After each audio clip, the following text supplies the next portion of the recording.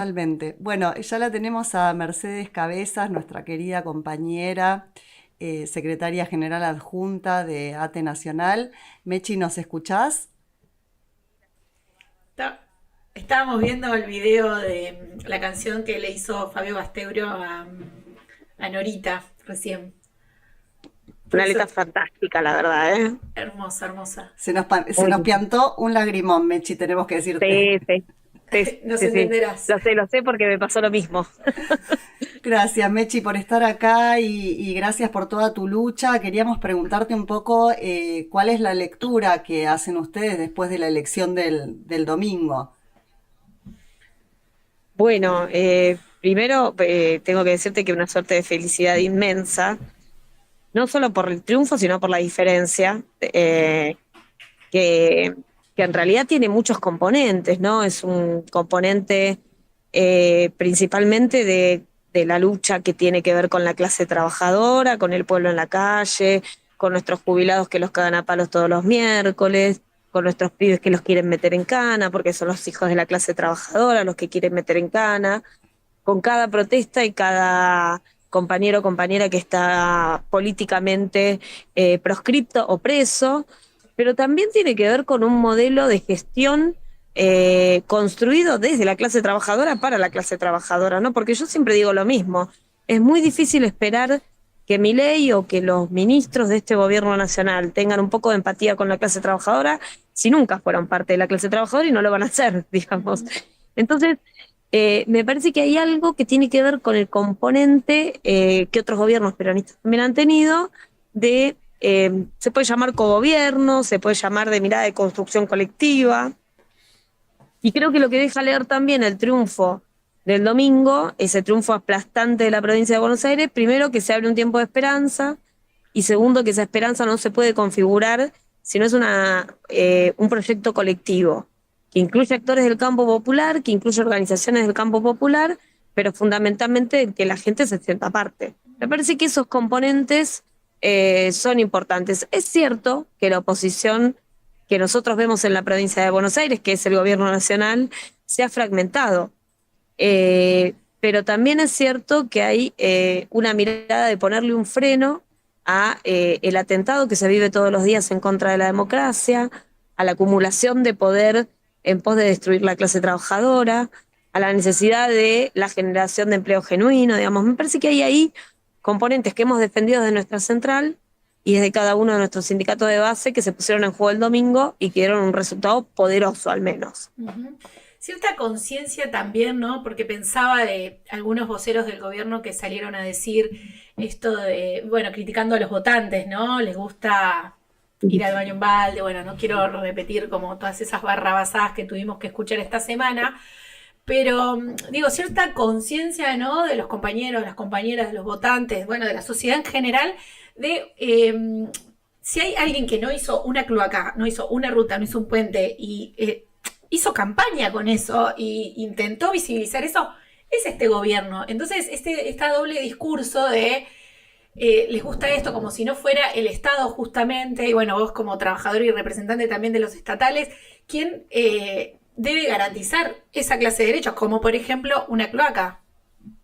Sí, eso por un lado. Por el otro también tengo que decirte que se va cayendo la mentira también. Y la mentira tiene que ver con, a ver, ¿no? El mundo de lo privado puede absorber lo público. Y la verdad que no, tenés 104.000 despidos en el ámbito privado y 55.000 en el sector público. O sea, en realidad los despidos del sector público encierran una caída de las capacidades del Estado, que encierra una caída de la política pública, y una caída de la política pública lo que hace es atentar contra el sector privado, digamos. No hay forma de que el sector privado no vaya de la mano al sector público.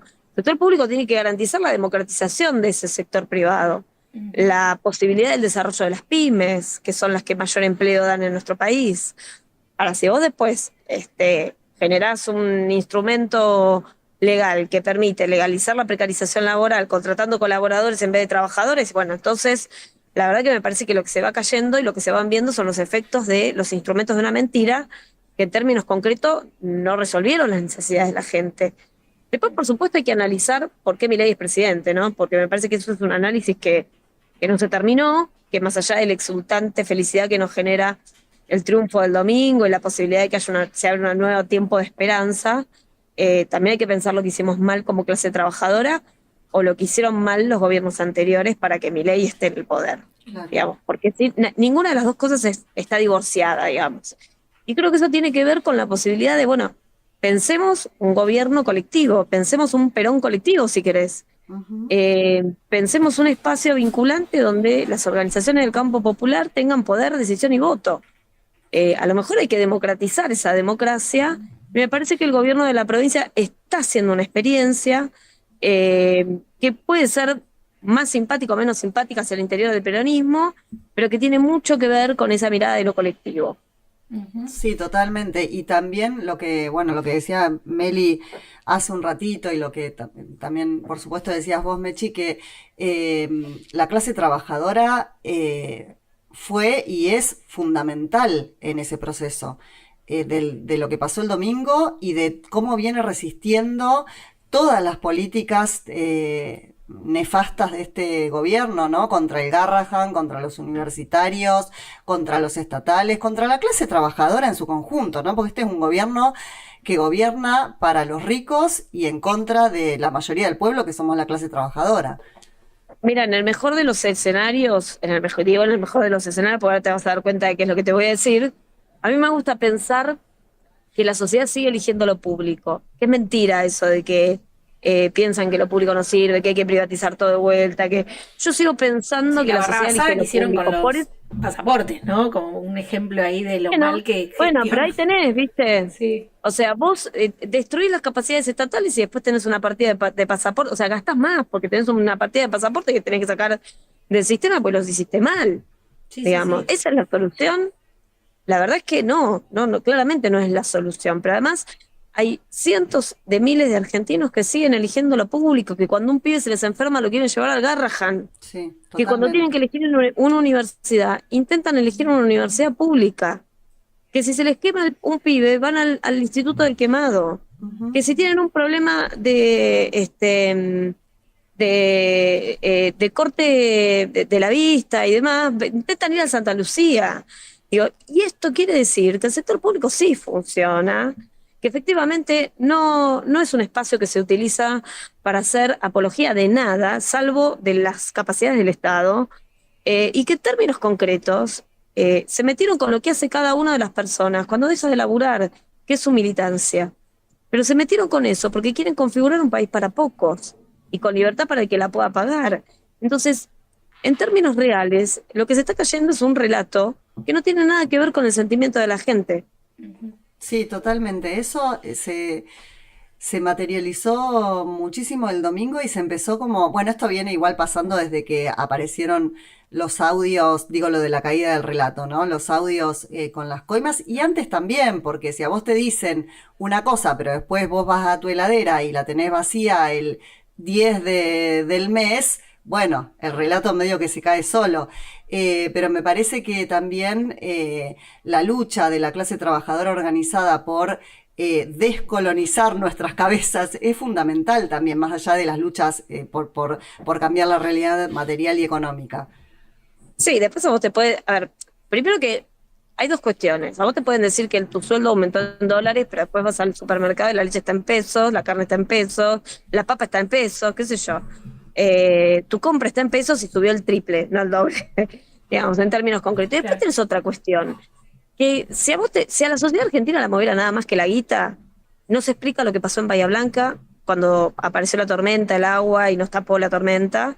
No se explica lo que pasó en Zárate. A la sociedad argentina no la mueve solamente la plata, la mueve también el enorme sentido de solidaridad que tiene, el amor a su pueblo, el amor a la patria. Y eso es lo que Milei no entendió, o quizás entendió pero no le interesó, porque viene de un proyecto político extranjerizante y extranjero además.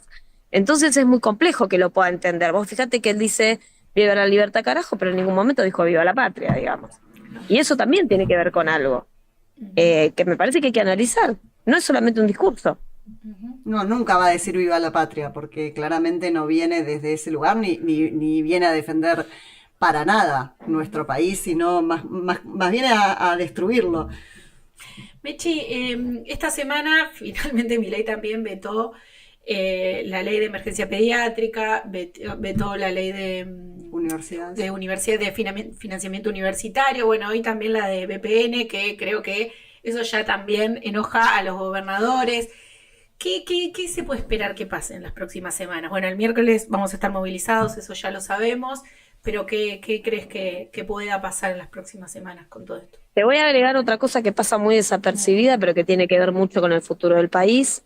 También hoy sacó una resolución que habla de cientos y cientos de vacunas que no se van a aplicar contra la fiebre aftosa en gran parte del ganado del país, digamos.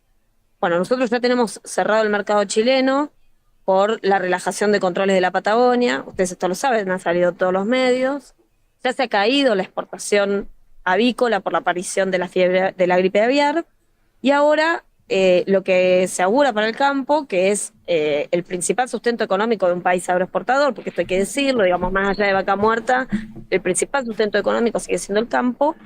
Va a aparecer, obviamente, la fiebre aftosa si no hay vacunación en todo el ganado, porque más allá de que la Patagonia sea libre de aftosa sin vacunación, el resto del país no lo es. Y en términos concretos, pensar que no hay en ningún lado, que no hay ningún brote, que estamos todos salvados, bueno, tendremos otro estatus fitosanitario. ¿Qué pasa con esto? Bueno, la realidad es que estas son las mismas medidas que se tomaron en el año 2000, digo, en un contexto socioeconómico mucho más incluso grave que en el año 2000, por el tipo de endeudamiento que tenemos, por el tipo de descontento social y por el tipo de medidas que se están tomando en términos generales. ¿Qué va a pasar? Y la verdad que yo no auguro más que un chocar la calicita o un barranco para este gobierno, porque no viene bien. El día miércoles nosotros y nosotras vamos a estar en la calle, el día lunes vamos a hacer una conferencia de prensa con la CTA a las 15, digamos, vamos a seguir en la lucha, porque en términos concretos creemos que se tiene que ir antes de 2027. Ojalá fuera con un juicio político. Nosotros decimos que los instrumentos de la democracia son los mejores y los más importantes, y además los que tenemos que usar para poder resolver los problemas de la democracia, no en términos concretos.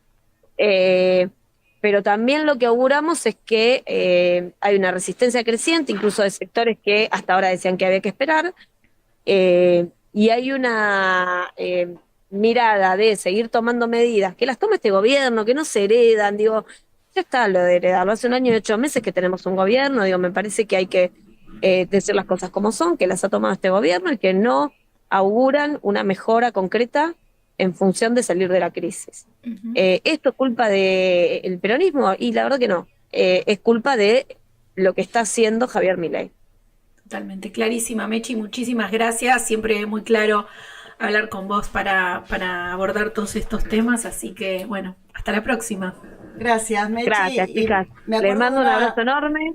Perdón, me acuerdo de una campaña, solo para cerrar esto porque se me vino a la cabeza, de mi trabajo son tus derechos. O sea, acá no sobra nadie. No, totalmente, justamente. El trabajo del Estado es darle garantía y resguardar los derechos de la gente, de cada uno de los argentinos y argentinas. Y además te quiero adelantar que, bueno, estoy volviendo de Tucumán, hoy se hacía el encuentro por la soberanía alimentaria, y que fue no solamente un encuentro maravilloso, sino también multitudinario, nos quedó chico el lugar, y que vamos hacia un encuentro de 2 centrales que caminan juntos, que nunca dejaron de caminar juntas y que siguen construyendo no solamente soberanía, sino también una nación y una patria que nos abrace a todos y a todas. Gracias.